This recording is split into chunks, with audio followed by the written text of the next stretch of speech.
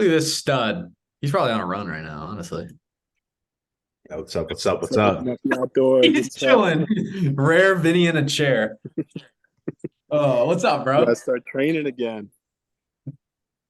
Yeah, dude. I was gonna ask you when we should start doing that. I was I You was guys thinking been like, you guys been doing some runs, right? We've been doing some runs. yeah, we gotten some miles We've in. we've ran. Period. We've done some leg moving.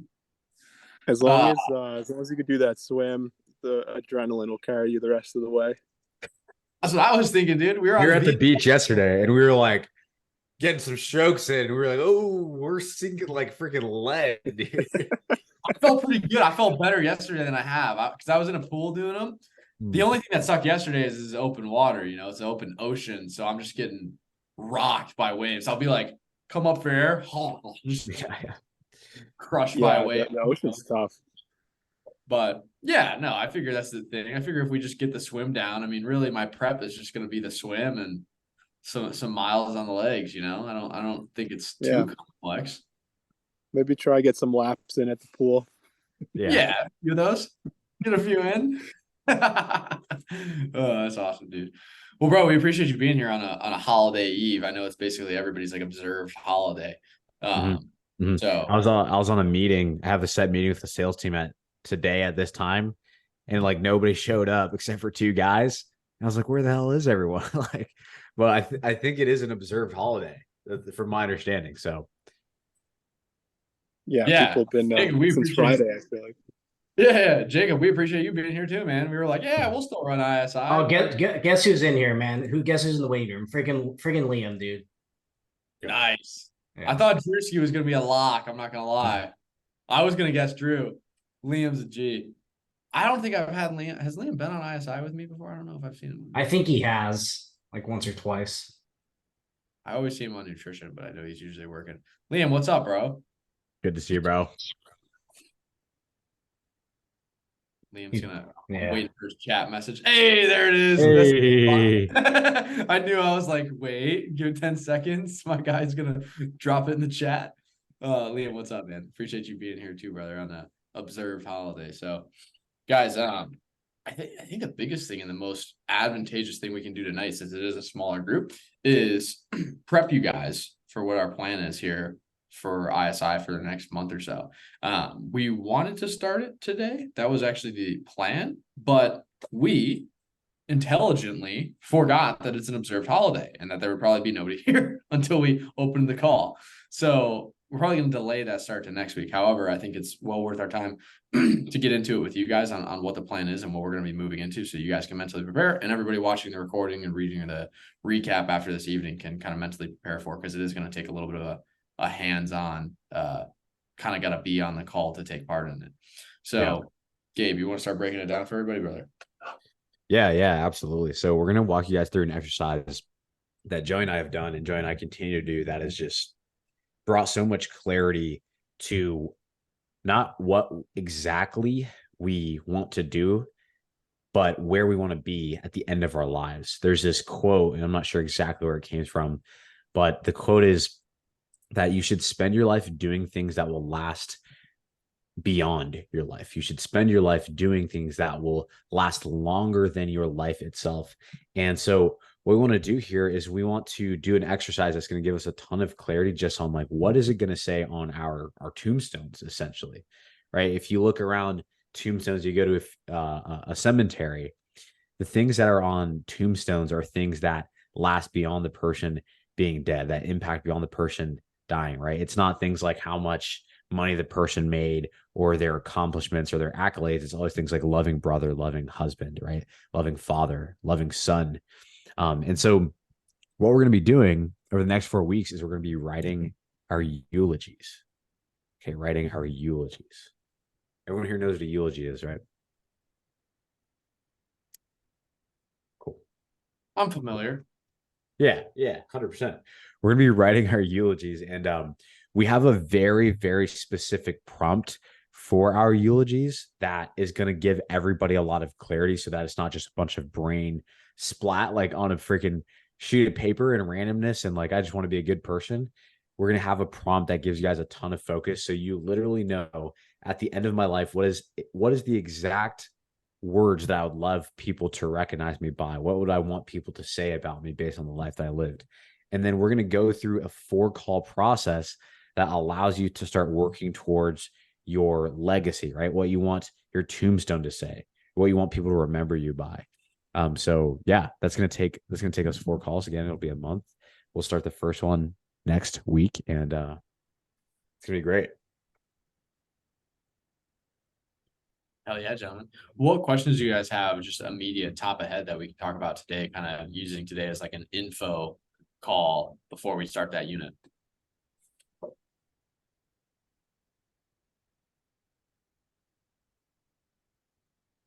Have either of you ever done anything like this?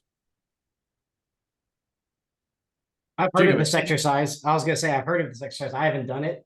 It's super intimidating, honestly. It's like one of those things where it's like, oh yeah, you see your dad once a year, you have like 20 times left to see him, and that kind of stuff. It like puts things into perspective. So I think it'll be a good thing for me.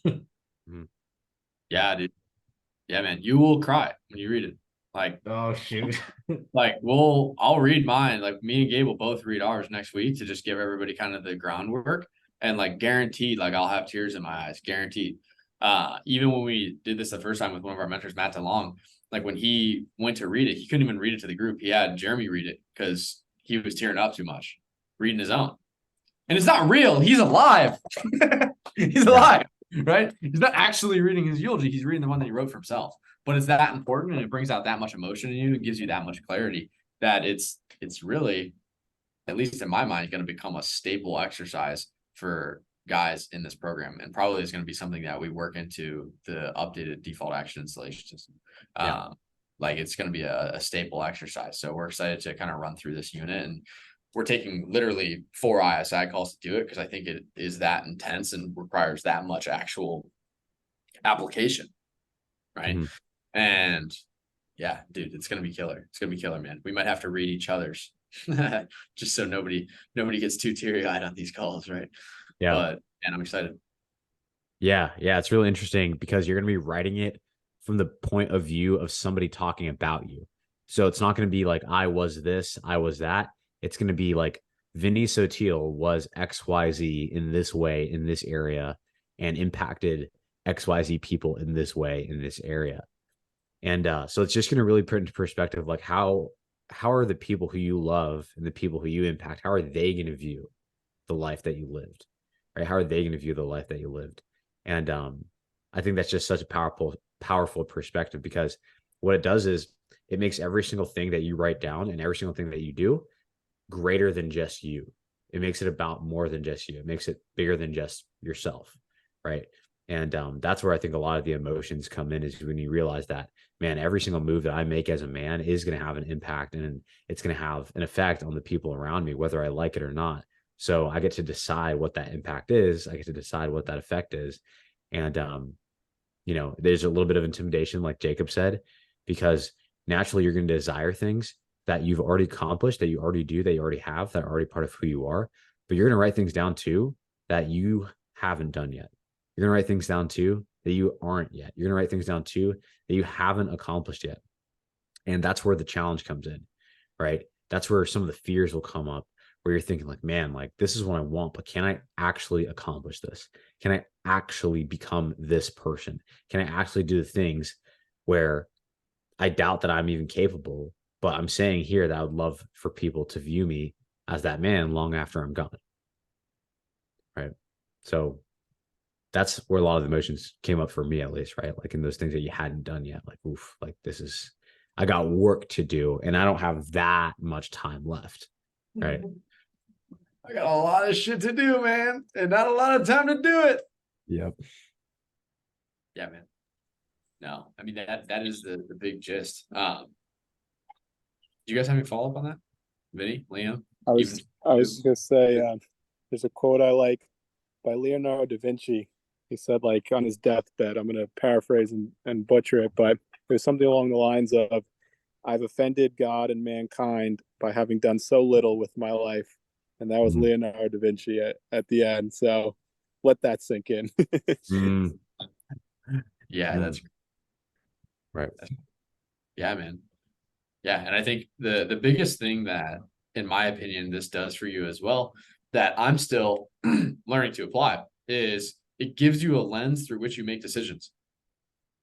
So when you're presented with an opportunity, because obviously life is going to throw you those in abundance, you can choose whether or not you say yes based on that eulogy you wrote. Does this align with who I'm trying to become and who I want to be and what do I want to do? Right? Does this align with that? And when we got asked to do an Ironman, it took me a week to reply because I was like, and then I just went back to my eulogy and I was like, oh yeah, this is in alignment. I should do this. Right. So it gives you a compass. Yeah. Yeah. That's a great point, bro. I think it's a great point. It gives you a lens to make your decisions through, right?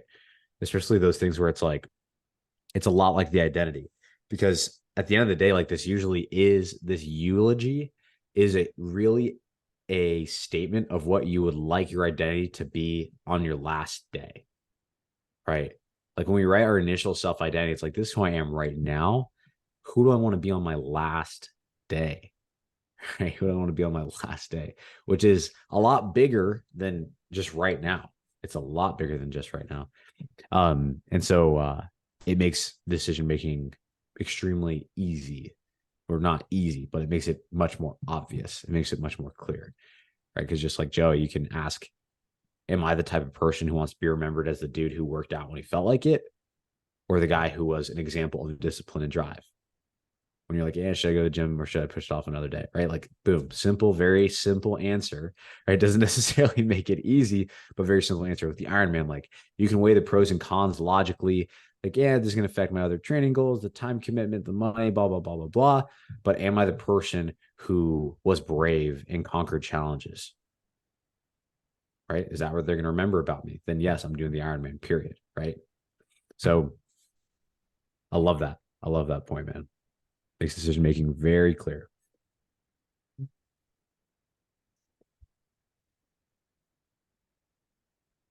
Either of you, yes, Liam, I'm excited for you, bro. It's going to be intimidating, but it's going to be fun. It's going to be challenging. Either of you, what was the question I was going to ask? Got lost a little bit there. Either of you have any areas of your life right now, and we don't have to get into specifics on this call. I actually kind of want to reserve this for the next call.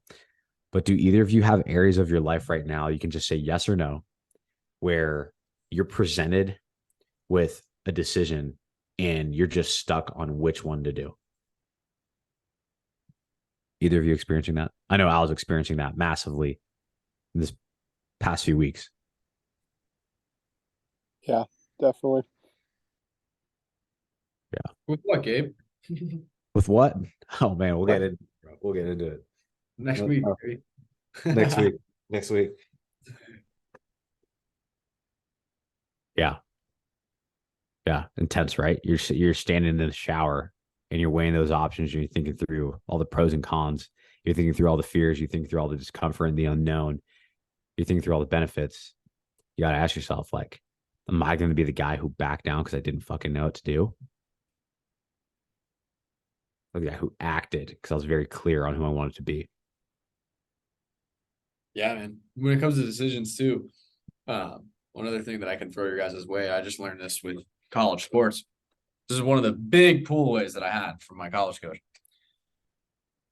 Was the idea that, at least when I was playing the sport, but this applies to life as well, indecision is typically going to be worse than just making the wrong decision.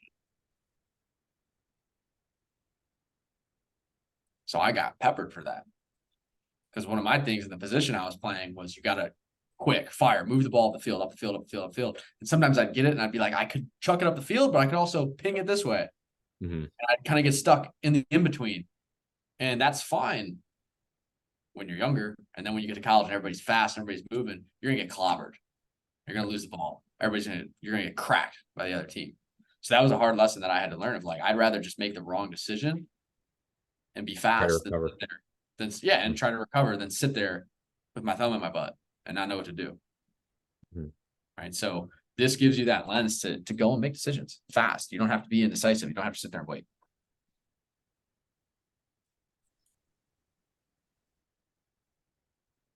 It's good.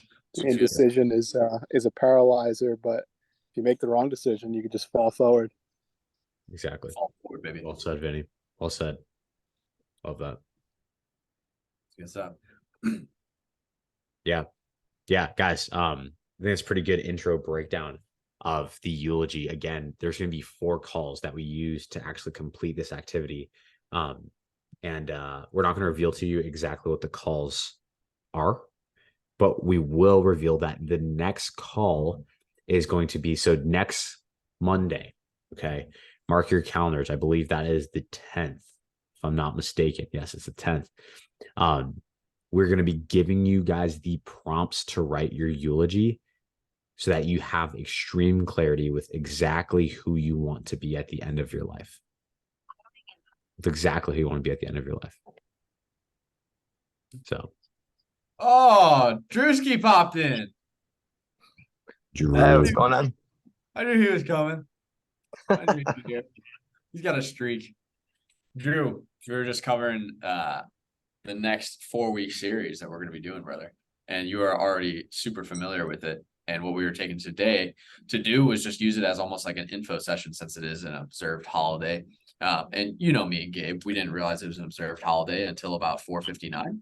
And so we decided, instead of starting the series tonight, use tonight as an info session, get questions, kind of lay the groundwork, but it is going to be the eulogy prompt, Drew. So we're going to dive into that, but we're going to go pretty in depth and even a few layers further than what we did when we were together in Croatia. Yeah. Nice. Yeah. We've got some more practical application and deeper dives. So that actual eulogy, Drew, you've actually already written your eulogy. Guys are going to be writing that next week. But we have some follow-up. We have 3 follow-up activities just to make that more impactful and bring it beyond just that moment and that clarity and take it into action and actually see the effects of it. So we're excited. Yeah, good stuff. Heck yeah. Absolutely. Awesome, you guys.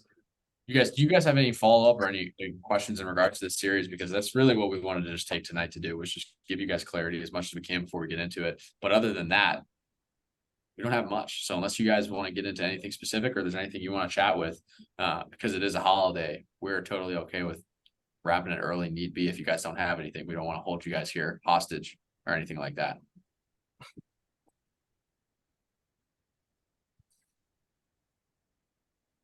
I think it's just pure fucking excitement.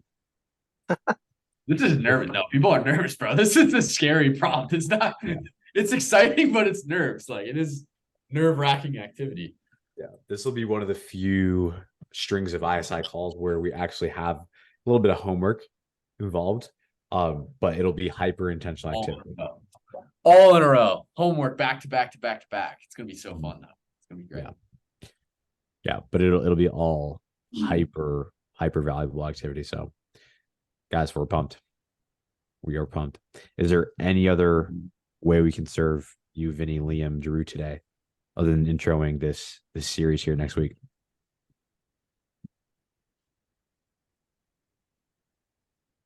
Beautiful. Cool. All right, gentlemen. Anybody got big plans tonight? I know I'm going to watch fireworks. Anybody else? Trying to find some in Delaware. There you go, brother. There you go. Yeah.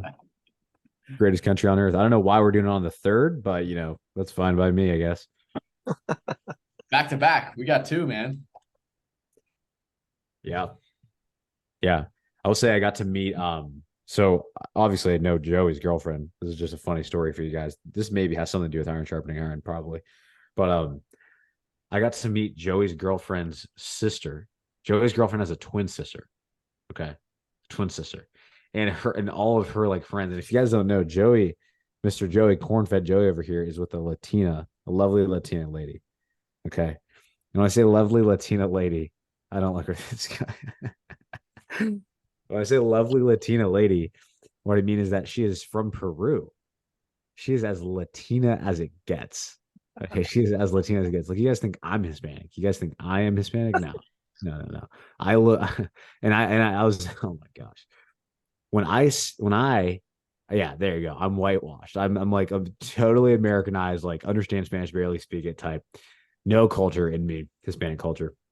when I'm hanging around Miss Maria, Joey's amazing, wonderful girlfriend, and her friends, I stand out like a sore thumb against them, right? So anyway, Joey always makes this joke that like I'm whitewashed and stuff, and that he's gonna turn Maria into a country girl. And Yeah. anyway, I got to spend a lot of time with him and Maria yesterday, and a lot of time with Maria's twin sister and her boyfriend. Her boyfriend is just like Joey. She's just a white dude. Like they got the same hair texture, like same skin tone. And I'm observing them, right? I'm the Hispanic, I'm the neutral one in this party. I'm the Hispanic dude who's also American. So I'm observing. All right. And Maria isn't getting turned into a country girl. Joe's getting turned into a Hispanic dude. Turn into a Hispanic dude, man. Y'all are dancing bachata better than me last night. That's when I was like, dude, like for real, like actually, like there's something going on here.